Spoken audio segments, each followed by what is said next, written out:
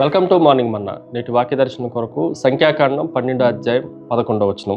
అహరోను, అయ్యో నా ప్రభువా, మేము అవివేకులము, పాపులమైన మేము చేసిన ఈ పాపమును మా మీద మాపవద్దు. మరొకసారి మోషేకి వ్యతిరేకంగా అహరోను, మిరియాము చేసిన తిరుగుబాటుని బట్టి దేవుడు వారిని శిక్షించిన విధానంలో నుండి 4 ప్రాముఖ్యమైన సత్యాలు మనం నేర్చుకోవాలి.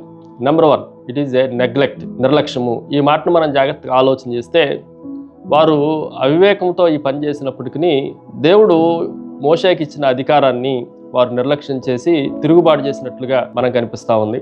కొన్నిసార్లు చాలా చిన్న చిన్న విషయాల్లో మనం నిర్లక్ష్యం చేసి పెద్ద పెద్ద విషయాల దగ్గర తిరుగుబాటు చేయడానికి అవకాశాన్ని సాతానికి లేదంటే అవిధేయతకు మనమే కల్పిస్తూ ఉంటాం. ఉదాహరణకి, ఒక తోటలో కలుపు తీయటం మానేస్తే, దాన్ని నిర్లక్ష్యం చేస్తే ఆ కలుపు మొక్కలు పెరిగి పెద్దవయ్యి అవి అసలైన మొక్కలు కూడా అణిచివేయటానికి అవకాశం ఉంది. అలాగే మనలో ఉన్న చిన్న చిన్న లోపాలను మనం నిర్లక్ష్యం చేస్తే ఆ లోపాలే మన పైన శాపాలుగా మారటానికి అవకాశం ఉంది అన్న విషయాన్ని ఉదయకాల సమయంలో మనం గ్రహించాలి. రెండో విషయాన్ని మీకు జ్ఞాపకం చేస్తాను. ఇట్ ఈజ్ ఏ నైవేటి, మూర్ఖత్వము. ఇది కూడా మనం జాగ్రత్తగా ఆలోచన చేస్తే నిష్కపటమైన మూర్ఖత్వము. అయ్యో మేము అవివేకులము అని మోషే ఎదుట అహరోను ఒప్పుకున్నట్లుగా దేవుని వాక్యంలో మనకు అనిపిస్తూ ఉంది. ఎందుకు అవివేకము, ఎందుకు ఈ బుద్ధిహీనత వచ్చింది అని మనం ఆలోచన చేస్తే, చాలా సందర్భాల్లో మనకు అన్నీ తెలుసులే అనుకొని అవివేకంగా మాట్లాడటం, పనిచేయటం మనకు అనిపిస్తూ ఉంది. ఉదాహరణకి, ఒక చిన్న పిల్లోడిని తీసుకొని నేను నుప్పుని తాగితే అది నాకు కాలదులే అని అనుకునటం అతని దృష్టిలో మూర్ఖత్వమే. అలాగే దేవుని సంగతులను మనం తెలుసు కూడా ఏం కాదులే అని సాహసించి దైవత్వపు నిర్ణయాధికారాలను కానీ నాయకత్వపు లక్షణాలు కానీ మనం ఎదురు తిరిగినప్పుడు అలాగే కాలుతుంది, అలాగే గాయాలవుతుంది అన్న విషయాన్ని మనం జాగ్రత్తగా ఆలోచన చేయాలి.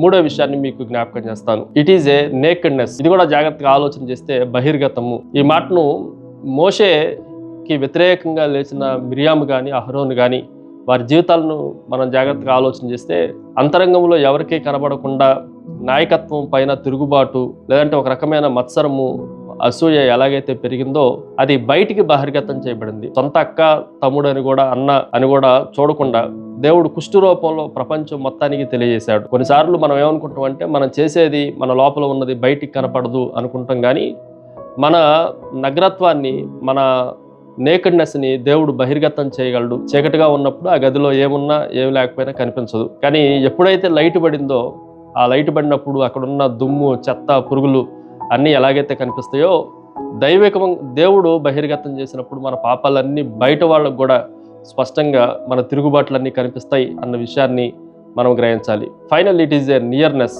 సమీపత. మనం జాగ్రత్తగా ఆలోచన చేస్తే అహరోను మోషే దగ్గరికి వచ్చి అయ్యో నా ప్రభువా అని మోషేని వేడుకున్నట్లుగా దేవుని వాక్యంలో కనిపిస్తూ ఉంది.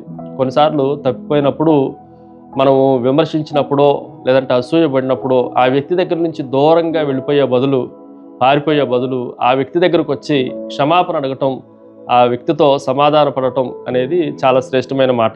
మోషే ఎదుటికి అహరోను, మిరియాములు వచ్చి అలాగే సమాధాన పడ్డట్లుగా దేవుని వాక్యంలో నుండి ఆలోచన చేయొచ్చు. గొర్రెల కాపరి దగ్గర నుండి గొర్రె ఎంత దూరంగా వెళ్తే దానికే నష్టము, అది దగ్గరకు వస్తే దానికి క్షేమము అన్న విషయాన్ని మనం గ్రహించాలి. ప్రార్థన. సకలాశీర్వాదములకు కారణభూతుడు తండ్రి, మాకిచ్చిన నాయకత్వాన్ని మేము ఎప్పుడూ ఎదురు తిరగకుండా వారికి లోబడి మేము మేలు పొందినట్లుగా, ఆశీర్వదింపబడినట్లుగా సహాయం చేయమని యేసు నామమున అడిగి వేడుకొంచున్నాం తండ్రి. Amen. God bless you.